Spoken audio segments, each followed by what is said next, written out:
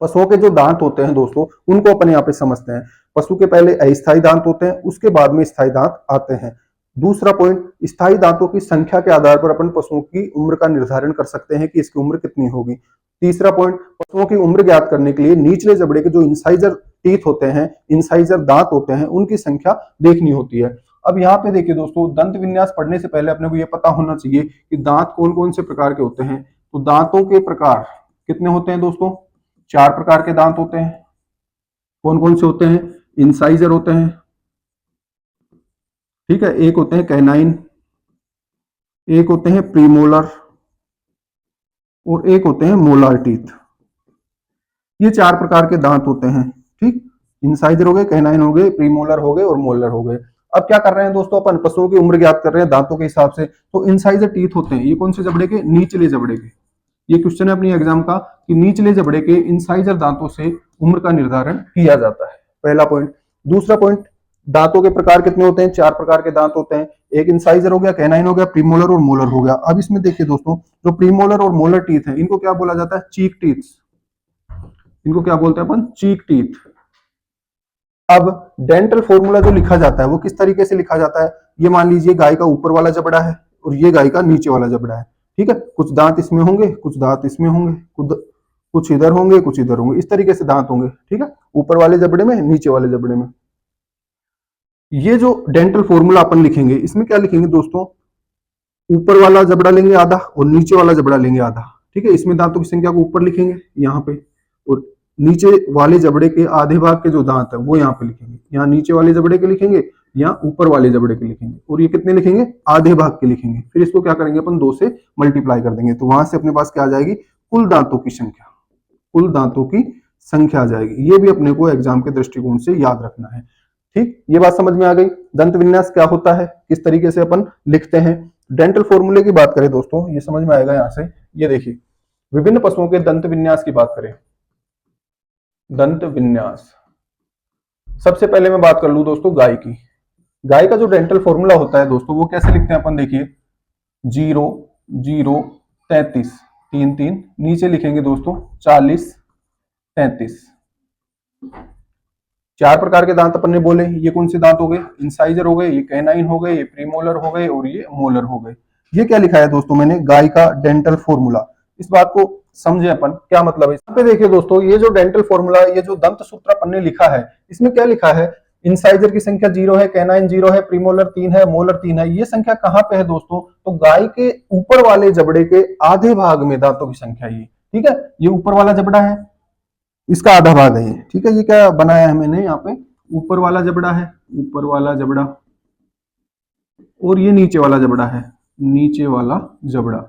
इसका आधा भाग ले लिया मैंने, ये वाला। तो इसमें दांतों की संख्या कितनी है? ये ऊपर लिखी हुई है, और नीचे वाले जबड़े के आधे भाग में जो संख्याएं हैं दोस्तों, वो कहाँ लिखी हुई है? नीचे लिखी हुई है। तो डेंटल फॉर्मूला या दंत विन्यास इस तरीके से लिखा जाता है। अब इसको अपन पढ़ें दोस्तों, तो क्या समझ में आ रहा है अपने? ये क्या है? इंसाइजर टीथ है, ये कैनाइन है, ये प्रीमोलर है, ये मोलर है, ठीक। इनकी संख्या की बात करें तो इंसाइजर कितने हैं? 0 है। गाय के ऊपर वाले जबड़े में कितने इंसाइजर होते हैं दोस्तों? 0 होते हैं।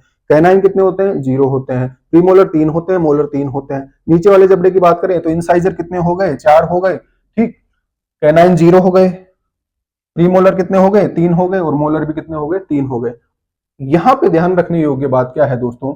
ये जो डेंटल फॉर्मूला है, सेम इसी प्रकार का फॉर्मूला किसके लिए होगा? भैंस के लिए होगा, बकरी के लिए होगा, और एक किसके लिए हो जाएगा दोस्तों? भेड़ के लिए होगा। यानी अपन क्या बोल सकते हैं? जो रूमंथी पशु हैं, रूमंथी पशु, रूमंथी पशुओं का जो डेंटल फॉर्मूला होता है वो क्या होता है? ये लिखा हुआ है वो होता है। तो इससे अपने को चारों का याद रह जाएगा, ठीक है। याद कैसे रखना है इनको? जिस तरीके से मैंने बताया आपको, 0 0 33 बटा 40 33, इसी तरीके से याद रखना है।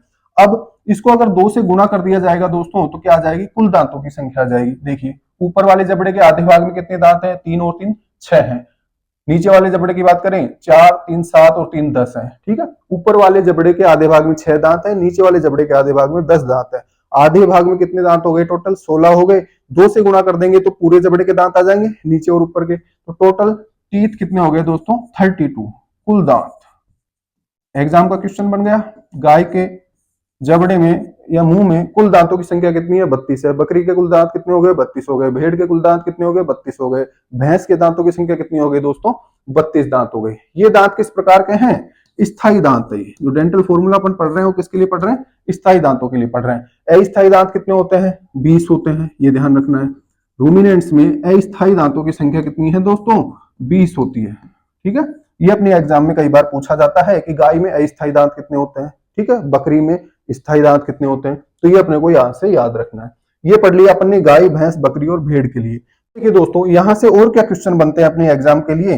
गाय को, भैंस का, बकरी का और भेड़ का जो डेंटल फॉर्मूला है, यहां से क्या क्या क्वेश्चन बन रहे हैं? पहला क्वेश्चन बनता है दोस्तों डेंटल पैड का। डेंटल पैड, डेंटल पैड का क्या मतलब होता है? गाय के ऊपर वाले जबड़े में इंसाइजर टीथ एब्सेंट है, ठीक है, इंसाइजर जो दांत है, प्रकार है दांतों का, वो अनुपस्थित होता है। उसकी जगह पे क्या होता है दोस्तों? डेंटल पैड पाया जाता है। ठीक है, कठोर पैड होता है एक, जो कि चबाने का काम करता है। ये ध्यान में रखना है। यही क्वेश्चन है अपनी एग्जाम का कि डेंटल पैड किस में पाया जाता है। ठीक है, तो डेंटल पैड किस में पाया जाएगा? सभी रूमिनेंट्स में होगा, गाय, भैंस, भेड़, बकरी सभी में होगा। ठीक है, दूसरा क्वेश्चन यहां से बनता है दोस्तों कि रूमिनेंट्स में या रूमंथी जो पशु हैं उनमें कैनाइन टीथ एब्सेंट होते हैं। कैनाइन टीथ क्या है? कितने हैं देखो, ऊपर वाले में भी 0 है, नीचे वालों में भी 0 है, तो टोटल कितने हो गए? 0। यानी रूमंथी पशुओं में कैनाइन टीथ एब्सेंट होते हैं और एक क्या पाया जाता है? डेंटल पैड पाया जाता है। ये दोनों चीजें अपनी एग्जाम के लिए अपने को याद रखनी है। अगला देखिए दोस्तों, अपन नंबर नेक्स्ट पढ़ेंगे अपन, 4 अपन ने पढ़े सभी रूमिनेंट्स के। अब पढ़ेंगे घोड़ा। घोड़े का जो डेंटल फॉर्मूला है दोस्तों, इसको अपने को ध्यान में रखना है। क्या होता है दोस्तों? 31-33,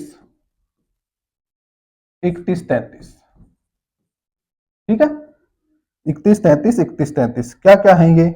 इनके नाम मैं लिख दूं यहाँ पे, तो ये क्या हो गया दोस्तों? इंसाइजर हो गया, कैनाइन हो गया, प्रीमोलर हो गया और ये मोलर हो गया। क्या बात समझ में आ रही है यहाँ पे?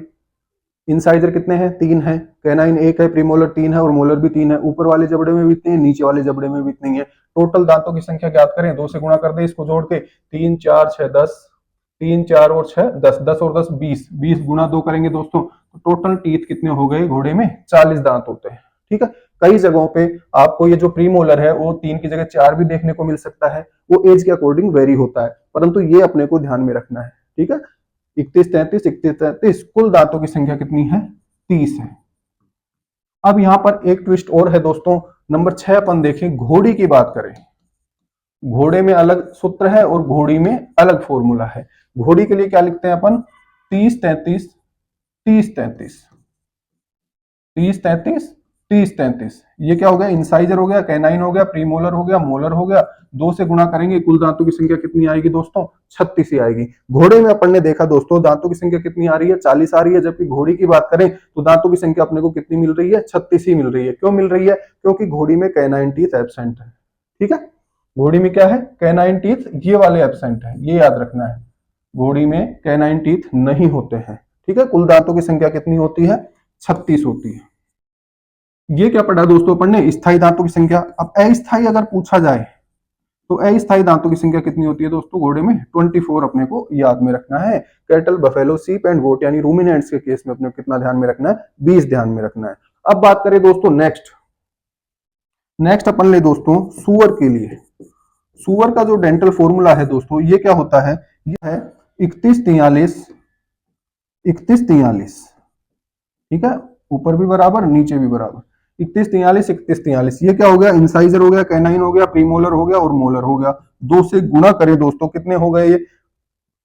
3 और 1 4, 4 8, 8 और 3 11 गुणा 2 गुणा 2, यानी टोटल नंबर ऑफ टीथ कितने हो गए? 44। ठीक है, तो सुअर में दांतों की स्थायी संख्या कितनी होती है दोस्तों? 44 होती है। ये अपने को ध्यान में रखना है। इसका डेंटल फॉर्मूला 31-43, 31-43 इंटू 2 किया अपन ने, 44 दांत होते हैं सुअर में। अगर अपने से पूछ लिया जाए कि सुअर में अस्थायी दांत कितने हैं, तो अस्थायी दांत कितने होते हैं दोस्तों? 32 होते हैं इसमें। ठीक है, जबकि घोड़े में कितने देखे अपन ने अस्थायी दांत? 24 देखे। रूमिनेंट्स में अस्थायी दांत कितने देखे हैं? 20 देखे हैं। नेक्स्ट देखते हैं दोस्तों, अगली बात करें अपन कुत्ते के लिए। कुत्ता, इसका जो डेंटल फॉर्मूला है दोस्तों वो होगा 31-42,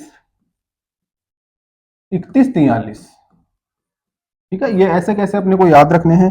ये एग्जाम में पूछा जा सकता है, डेंटल फॉर्मूला भी पूछा जा सकता है और दांतों की संख्या भी पूछी जा सकती है। इंसाइजर, कैनाइन, प्रीमोलर और मोलर, इस तरीके से दांत होते हैं इसके। ठीक है, ऊपर वाले जबड़े में क्या हो गया, प्रीमोलर एक मोलर टीथ कम होता है, नीचे वाले जबड़े में मोलर टीथ ज्यादा है।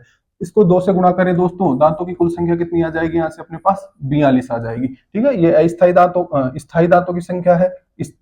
अस्थायी दांत पूछे अगर, तो अस्थायी दांत कुत्ते में भी कितने होते हैं दोस्तों, 32 होते हैं।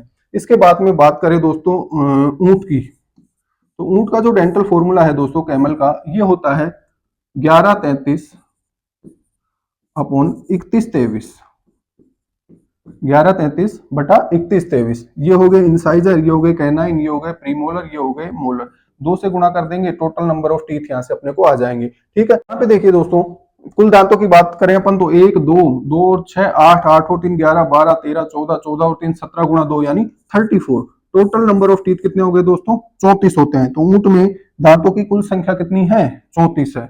ये कैसे दांत है दोस्तों, स्थायी प्रकार के दांत है। अस्थायी दांतों की संख्या अगर पूछ ले तो अस्थायी दांत कितने हो जाएंगे ऊंट में, अस्थायी दांत ये हो जाएंगे दोस्तों 22। ठीक है, ऊंट में अस्थायी दांतों की संख्या कितनी है, 22 है। जबकि कैटल, बफेलो, शीप, गोट में कितनी पढ़ी है अपन ने, 20 पढ़ी है। कुत्ते में कितनी पढ़ी है, 32 पढ़ी है। सुअर में कितनी पढ़ी है, 32 पढ़ी है। और घोड़े में कितनी पढ़ी है, 24 पढ़ी है। तो यहाँ से अपन ने क्या देखा है दोस्तों, स्थायी दांतों की संख्या क्या होती है, अस्थायी दांतों की संख्या क्या होती है। ये डेंटल फॉर्मूले अपन ने विभिन्न पशुओं के लिए पढ़े हैं। अब देखते हैं दोस्तों और क्या क्वेश्चन यहाँ से अपने एग्जाम के लिए बनते हैं। तो सबसे इंपॉर्टेंट चीज होती है दोस्तों, एक आती है full mouth condition.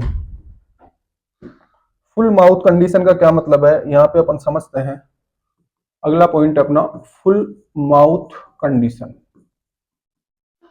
Full mouth condition का मतलब क्या होता है दोस्तों, जब पशु के मुंह में पूरे दांत आ जाते हैं उसे क्या बोलते हैं, फुल माउथ कंडीशन बोलते हैं। अपनी एग्जाम में क्या क्वेश्चन पूछा जाता है कि बकरी में फुल माउथ कंडीशन कितनी उम्र में होती है, घोड़े में फुल माउथ कंडीशन कितनी उम्र में होती है, ऊंट में फुल माउथ कंडीशन कितनी उम्र में होती है। इस प्रकार का प्रश्न अपने एग्जाम में पूछा जाता है। ठीक है, तो यहाँ पे अपन सभी पशुओं के लिए देखने वाले हैं दोस्तों। भेड़ की बात करें, ठीक है, घोड़े की बात करें, उसके अलावा बात करें दोस्तों बकरी की, ठीक है, गाय की या भैंस की, इन सब के लिए बराबर है।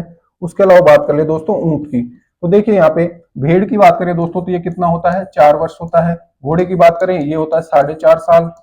ठीक, बकरी, गाय और भैंस के लिए ये माना जाता है 5 साल।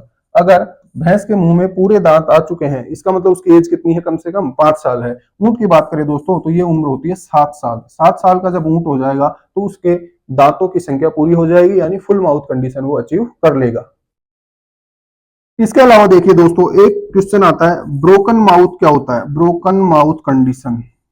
ब्रोकन माउथ कंडीशन इसका मतलब है दोस्तों, जब पशु के मुंह से दांत गिरना शुरू हो जाते हैं तो उसे क्या बोलते हैं, ब्रोकन माउथ बोलते हैं। ठीक है, जैसे भैंस के मुंह से 2-4 दांत अगर गिर गए तो उसे क्या बोलेंगे अपन, ब्रोकन माउथ बोलेंगे। एक होता है दोस्तों गमर, एक टर्म है गमर।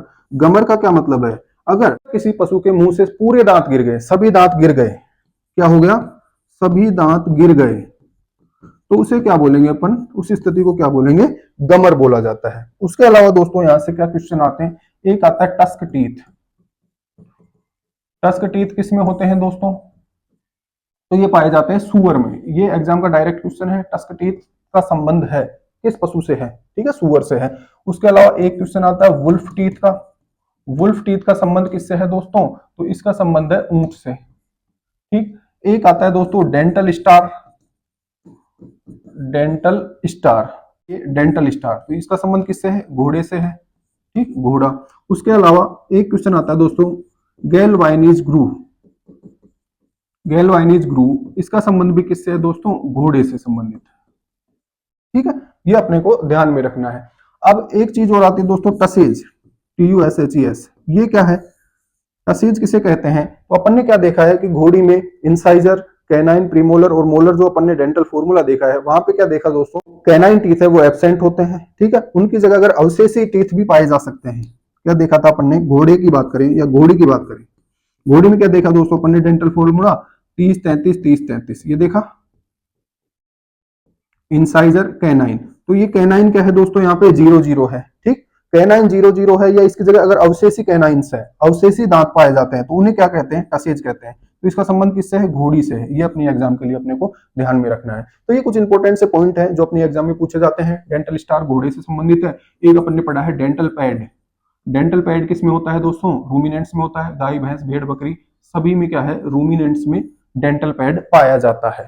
ठीक है, तो ये अपन ने पढ़ा दोस्तों दांतों का विन्यास, जिससे अपनी एग्जाम में बहुत सारे क्वेश्चन बनते हैं।